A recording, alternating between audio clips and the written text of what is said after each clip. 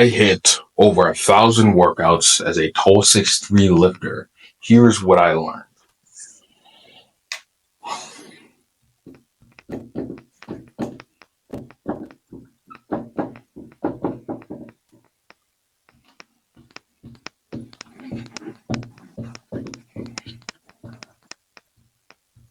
Is to stop copying traditional plans, right?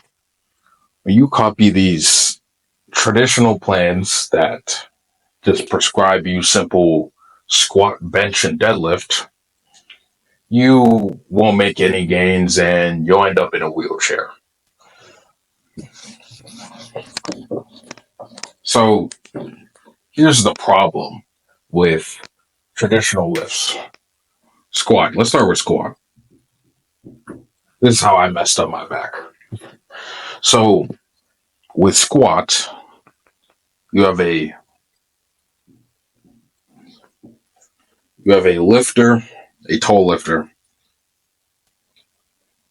long torso with a barbell on his back. So when the load naturally increases, what do you think is going to happen? Right? We're squatting. Say he is squat position with the load, right? He's holding it.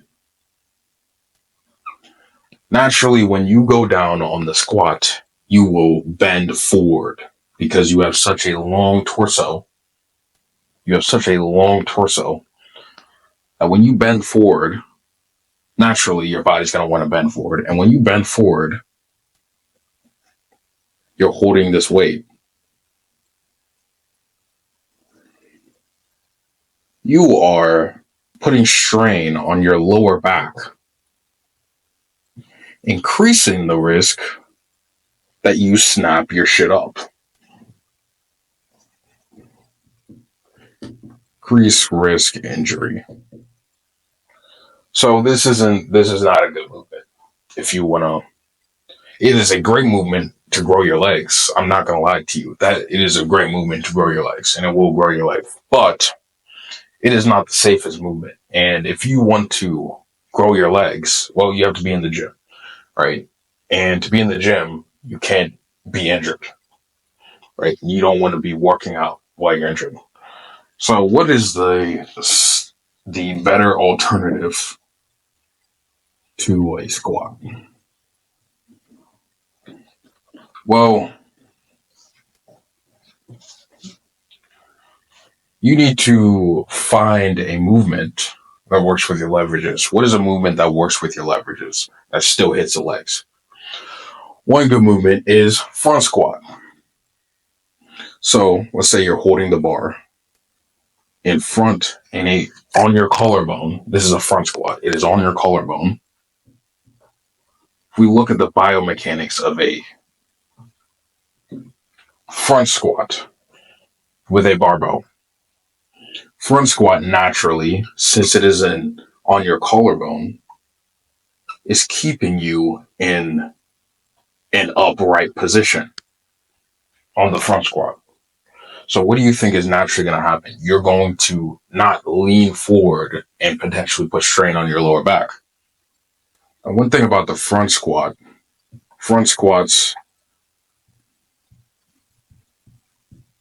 target the quads.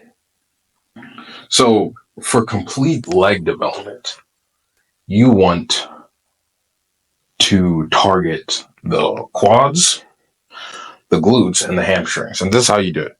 So to target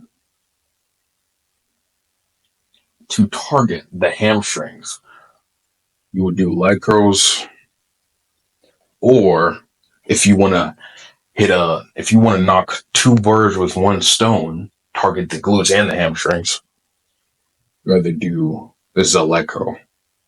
Leg curl equals hamstrings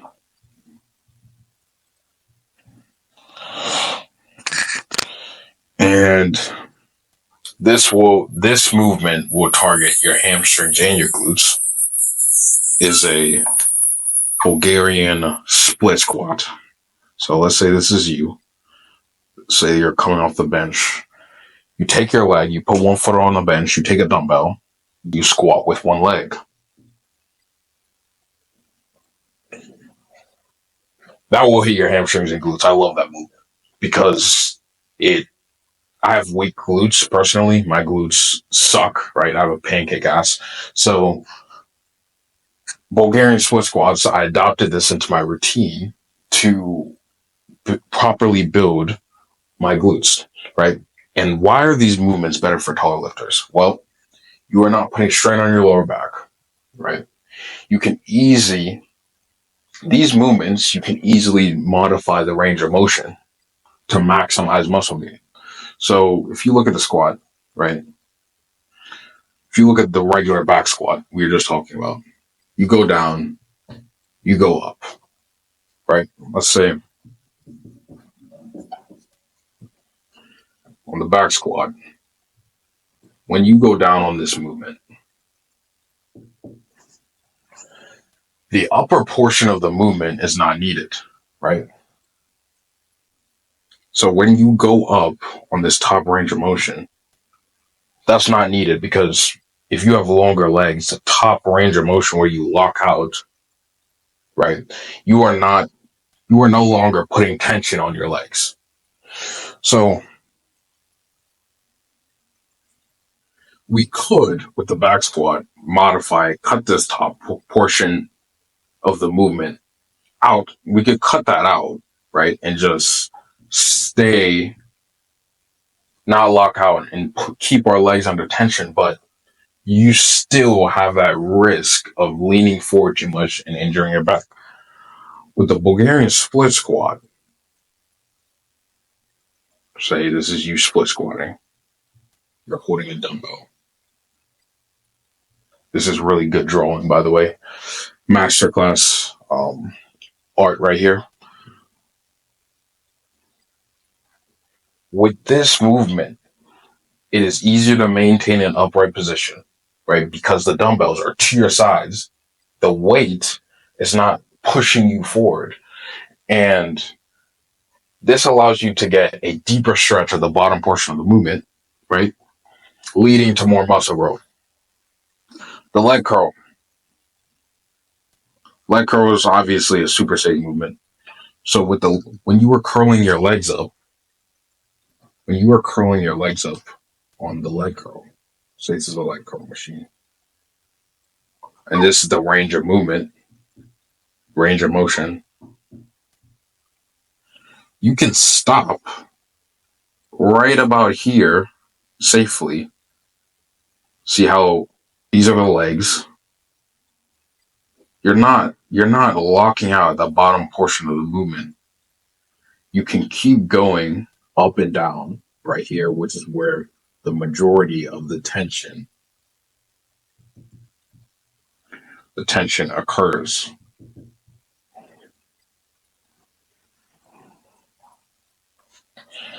And so this will maximize your muscle gains without getting injured. Now, if we look at the deadlift,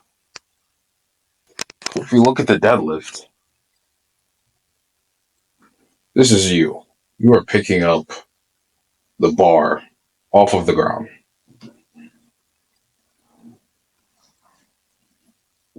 Now, as a taller lifter, deadlift, you are way more likely to injure yourself on the deadlift. Here's why. Since you have long arms, long legs, long torso, naturally with your leverages, you will have to lean forward more to pick up that bar off the ground. Even if you have perfect form, what do you think is going to happen when you are pulling the bar off the ground? You are in a bad leverage position because naturally with a longer torso, longer legs, right? You are less likely to maintain that, especially on heavier lifts, you are less likely to maintain that good form. And when you are locking out on the top of the movement, your back is naturally going to round more. This is one of the lifts that contributed to my injury because I have a herniated disc. I stopped doing deadlifts, right? Now, what do I do instead of doing the deadlift? Well, the bottom portion of the movement is what puts you in a bad leverage position on the deadlift. So you want to swap this movement with an RDL. An RDL is kind of like a modified deadlift. It is where you take dumbbells or a barbell,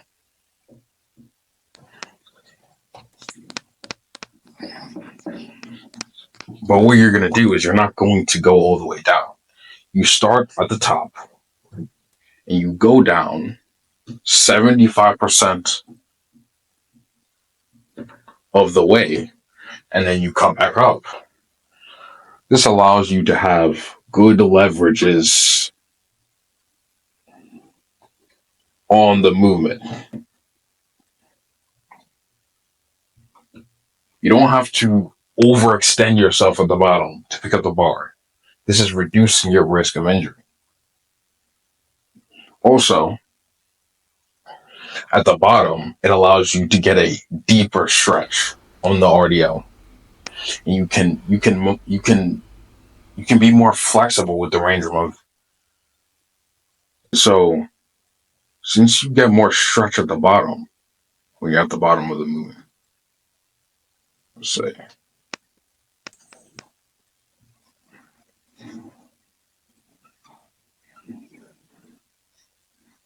this is the weight. You get more stretch on your hamstrings right here. It's the stretch. It's going to lead to more muscle growth. And you are less likely to injure yourself.